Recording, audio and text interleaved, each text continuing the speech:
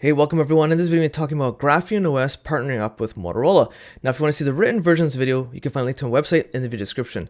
So this actually happened a few weeks ago, and I remember reading about it. I was really stoked and excited. It somehow slipped through the cracks and never made a video, so here I am covering it now. But what's interesting is, and I'm not just covering some news that's happening here, I'm also going to give some advice on how to approach it because it's not happening for quite some time yet. So basically, first and foremost, what is GrapheneOS? Chances are, if you're watching this video, you already know what it is, or you're probably using it already, so I'm not going to do a deep dive. In addition to that, I already made, I think it's about 15 minutes covering GrapheneOS, what it is, how it's security focused, privacy focused. I'll put a link to that video in the video description, explaining all the good and bad. It's not perfect. There are some annoyances and nuances with this operating system, and lack of documentation I had to kind of fix and get around. Again, all those details are more in a deeper dive in that video. Long story short, GrapheneOS is basically a fork of the original Android because Android is open source. So this is like a fork of it. It's a similar concept of you have different distributions of Linux. The point of GrapheneOS is that it's an offshoot of the original Android operating system. But when you install it and run it, there's no Google Play services included off the bat that are actively running. There's no Google Chrome, there's no Google Play Store, there's no YouTube, there's no Google Maps. There's basically no spyware from Google because every single app from Google is spying on you 24/7. Long story short, watch the other 15-minute video. Again, a link to that video is in the description explaining in detail what is GrapheneOS and how it's awesome. But let's cover what the actual news is and how do we go from here. So Motorola on their official website, and all the links I'll be showing in this video, the links to those articles and whatnot will be in sublinks of my website post. My website post articles in the video description. So Motorola announces a partnership with GrapheneOS Foundation, marking a new chapter in smartphone security and expanding its enterprise portfolio.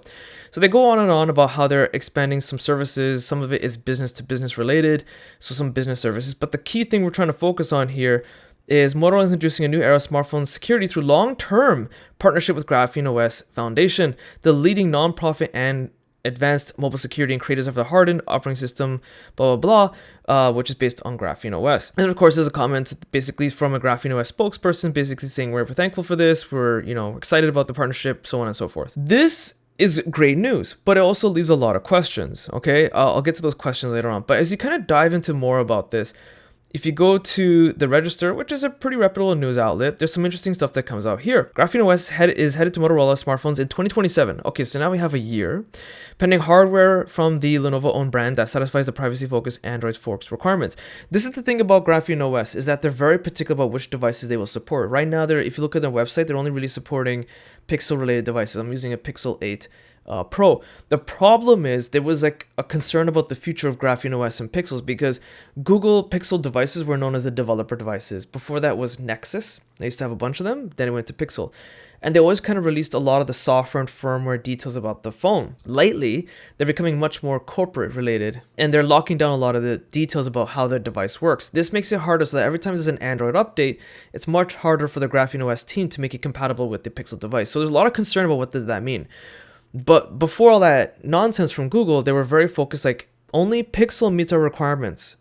And so they have strict requirements for GrapheneOS to work on a device.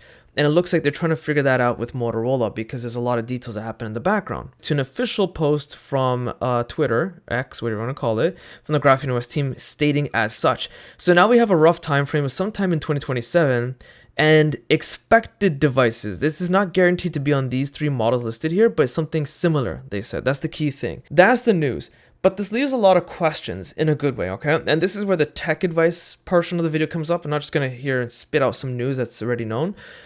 First and foremost, we don't know what this means in terms of getting the device. So let's say it's the Motorola signature, okay? That's the device. Hey, GrapheneOS is 100% going to be on it in 2027. It's confirmed now. It's going to release in summer. I'm just making it up.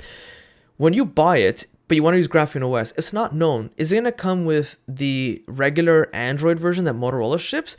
Or can you buy two different versions? One will have GrapheneOS and one will have the Motorola version.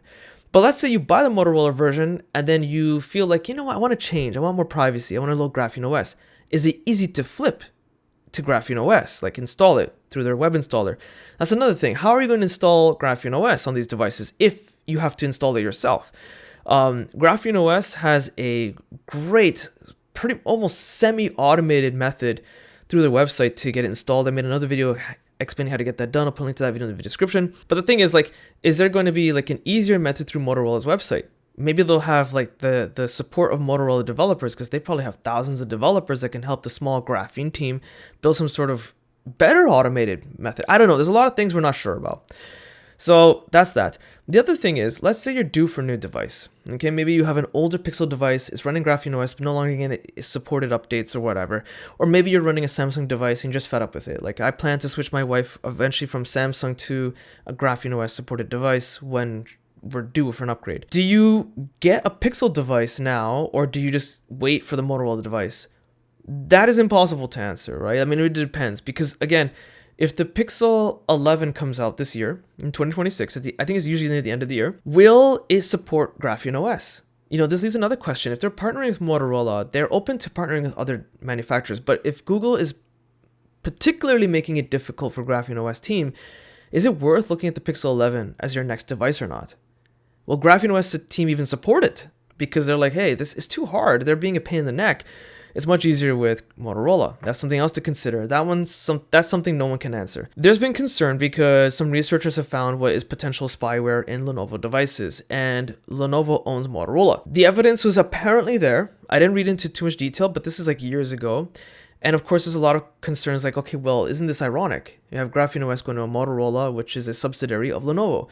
I don't know. I mean, at the end of the day, I'm hoping that the GrapheneOS team will have full access to all the software related firmware and drivers, whatever, and they can really lock down this operating system and the device itself, the Motorola. Let's pretend this is a Motorola. Why did I pick up my device? I don't know. So I covered everything about it at the partnership for the little information that we have so far, as well as my advice and concerns and thoughts about Lenovo/Motorola.